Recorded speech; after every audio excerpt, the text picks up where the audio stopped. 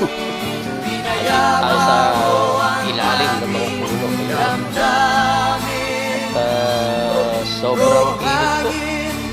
Kaya medyo dito muna tayo dililim. At para makita ko rin yung mga alaga ko.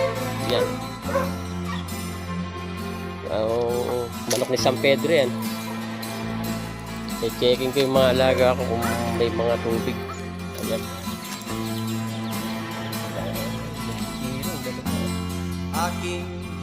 Good ba kayo dyan? Di ba kayo nanginitan? Dami itong mga sampay. Ayun pa yung isa. Ayan.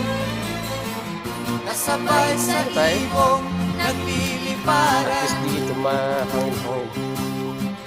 at kaluskos ng dahon sa palayan. Summer na. Okay.